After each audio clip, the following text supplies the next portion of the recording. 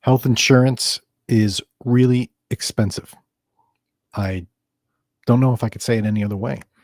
It's clear as day that health insurance pricing to buy coverage for yourself or for your family has gotten out of reach, out of hand. The inflation rate for health insurance has been astronomical. And I'm going to talk more specifically about it today. I'm going to bring on my co-host, Tony Shore.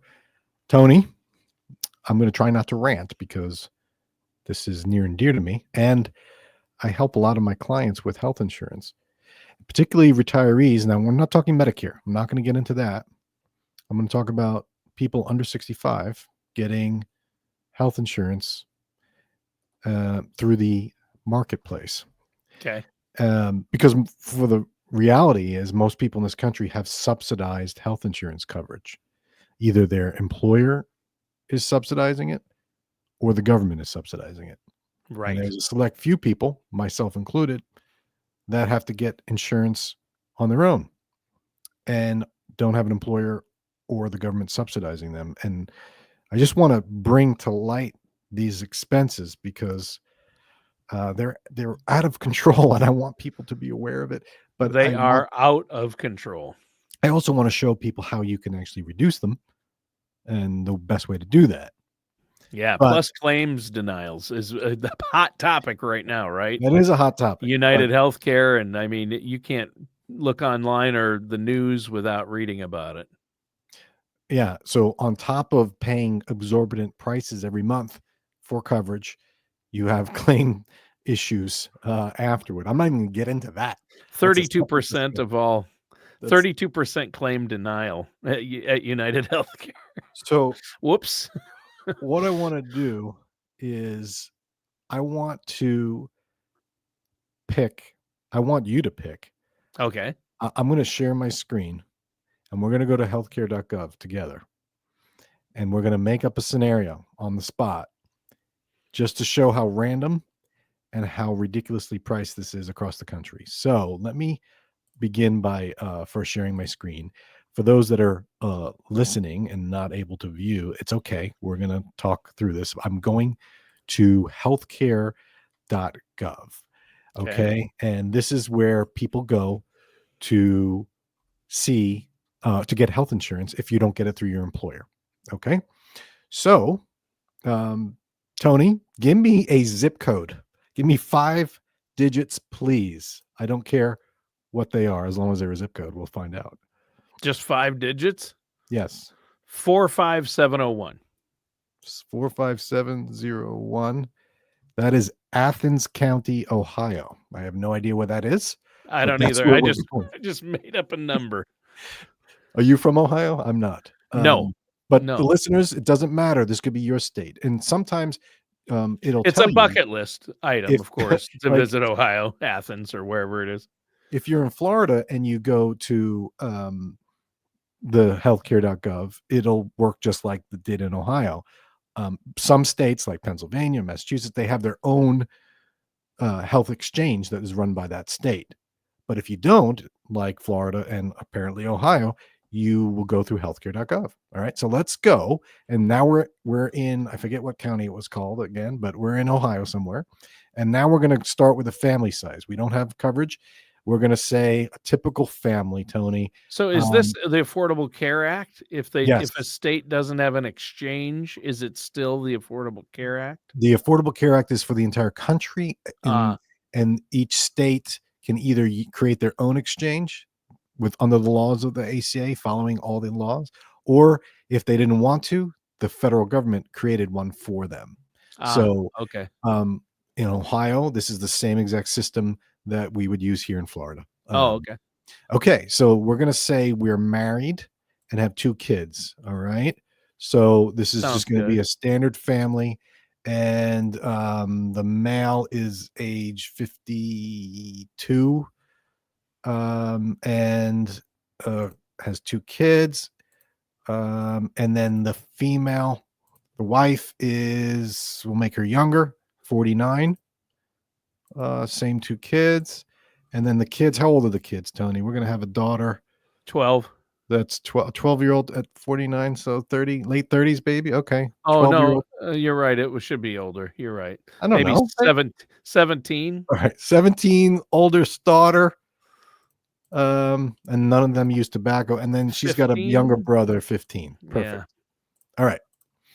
So here we go. Male 52, female 49, and daughter 17, son 15. There we are. I'm going to skip over the household income for now, right? And I just want to look at these plans and show you.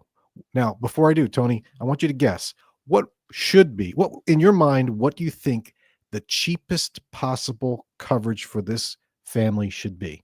What it would cost per month? Per month? The cheapest plan, bare bones coverage. I'm gonna say $700. $700. Okay.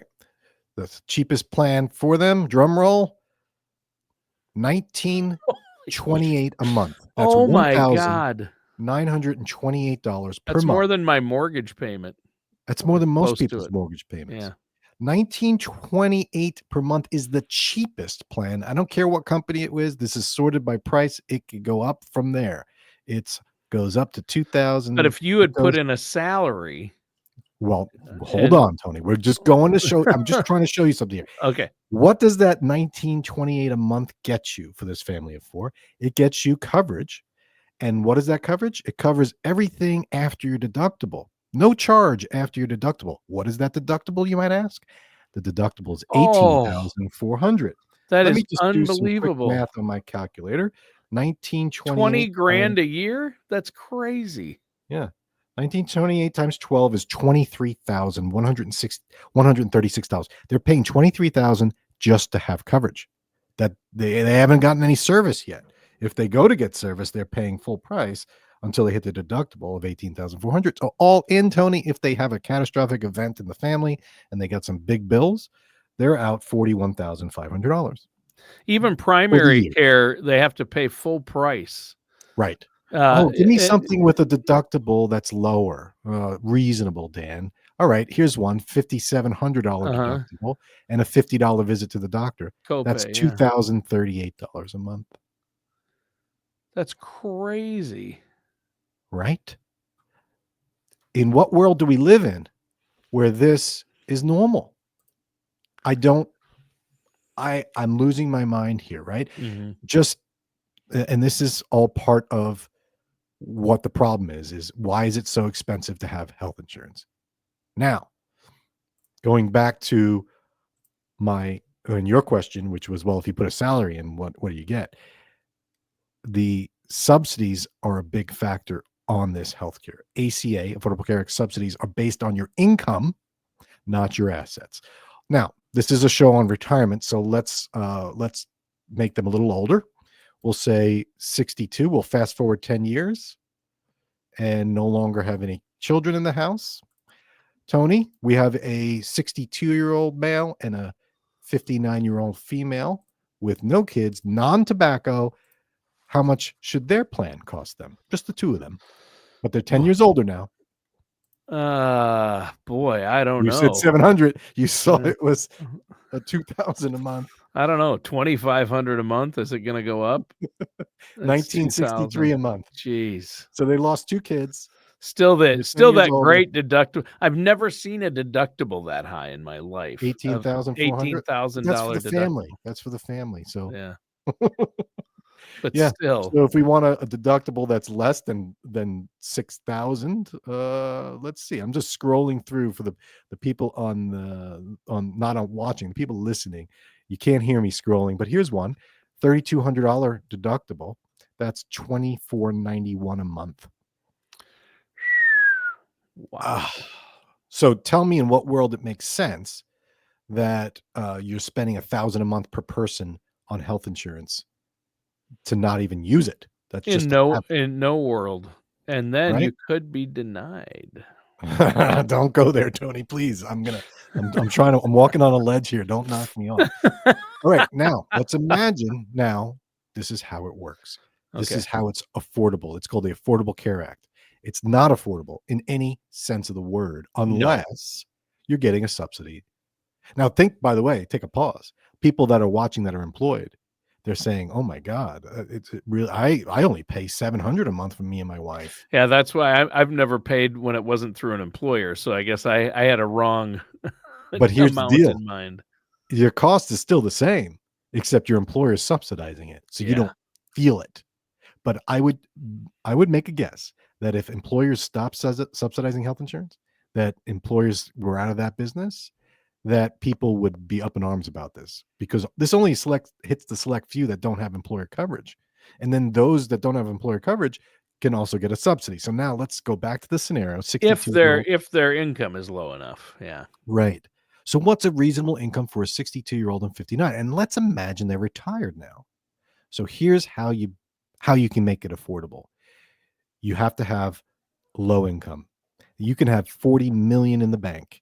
Doesn't matter. If you have low income, you are covered with a big subsidy. So let's say this 62 and 59-year-old couple are retired and they've planned correctly and they have assets that they want to live off of. They're not turning on Social Security yet. So their only income is going to be what they generate either through a part-time job or through withdrawals from their IRAs and savings. Let's say they even have a Roth. That doesn't count as income. They might have money in the bank. Doesn't count as income. So they can manipulate their income if they're being savvy about this. And this is what people do that retire early. This is why I'm talking about this.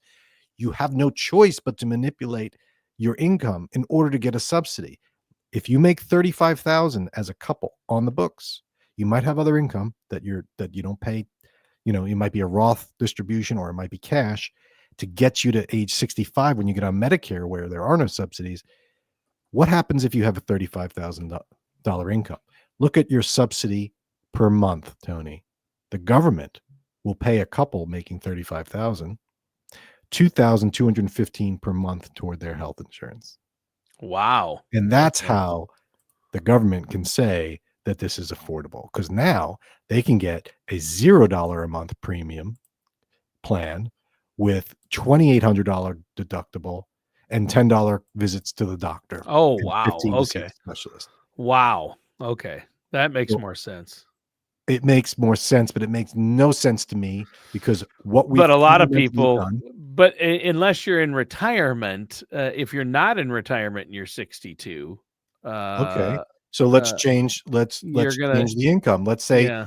they're at their peak earning years. Let's say they're making 135,000 Okay. between the two of them. They're getting ready to retire next year. Yep.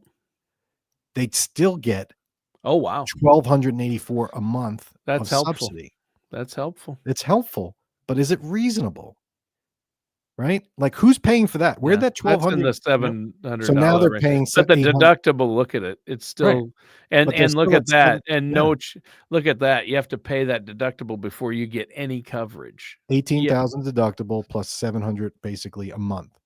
So that's more aligned with your pricing in your head. Oh, 700 a month, but that's a huge deductible. So I don't want to get into the weeds with the different plan options and such, but what I'm showing is, and what I'm trying to say here is that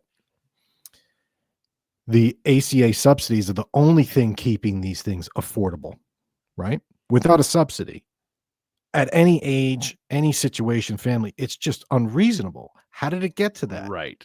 When did it get to a point where you need $1,000 per month just to get basic catastrophic coverage?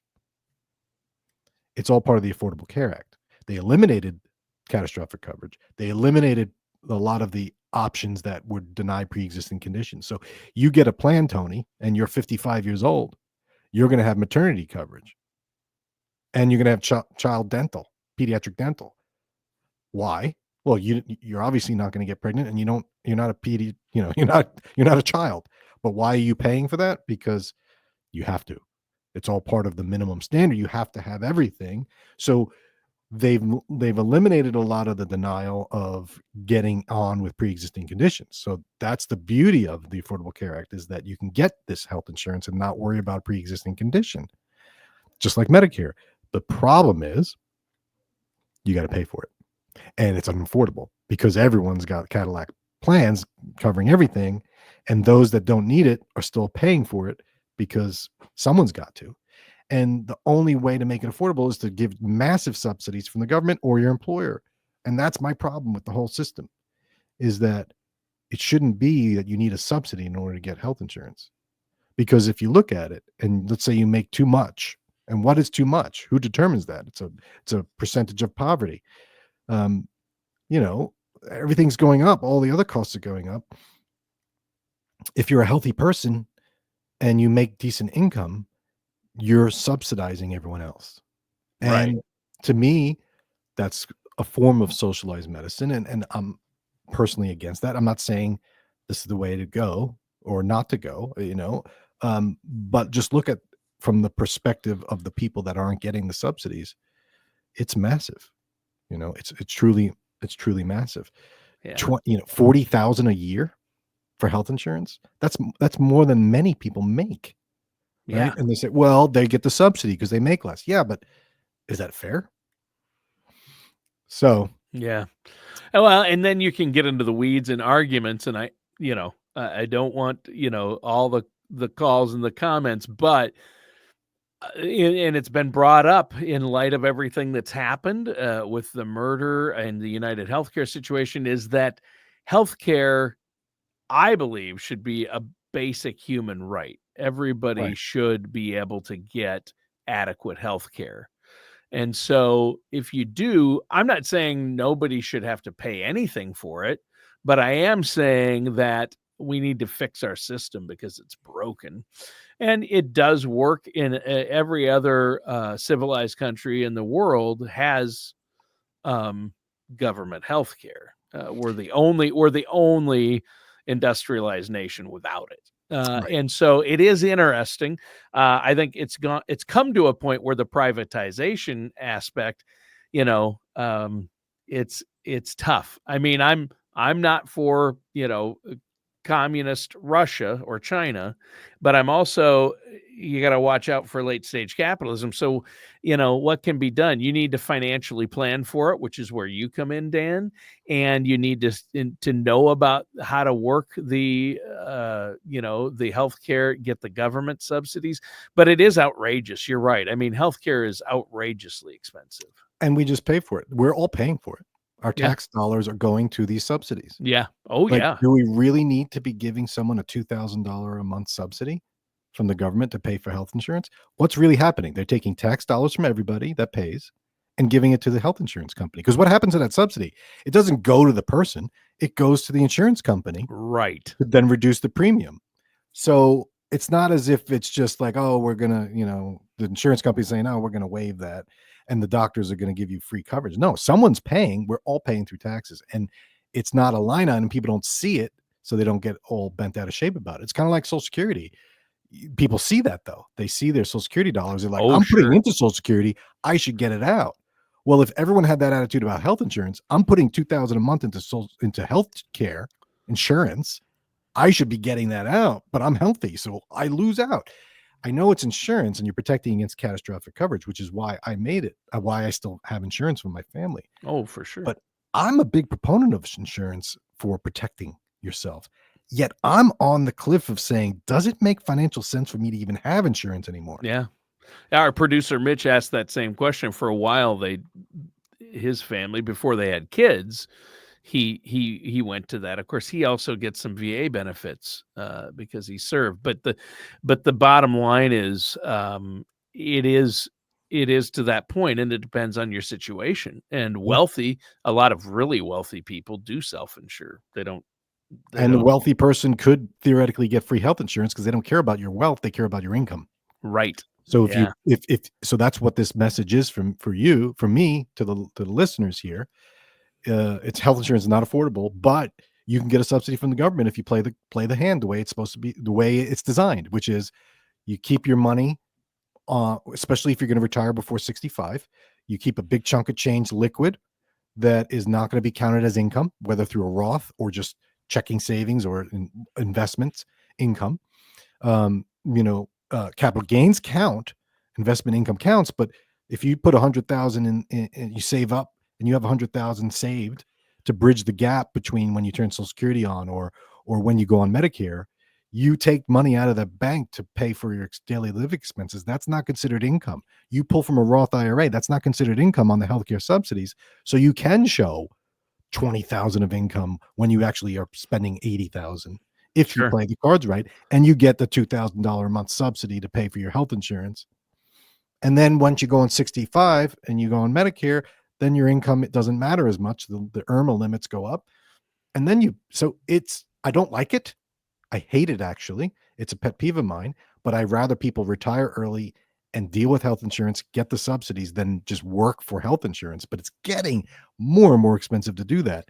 And it requires careful planning, which is the message of this podcast. Yeah. Obviously, it's becoming a pet peeve to more and more people all the time. I mean, we've all complained about healthcare costs for a long time, but people are getting to a point where it's insane. Yeah. I mean, it's frustrating. Yeah.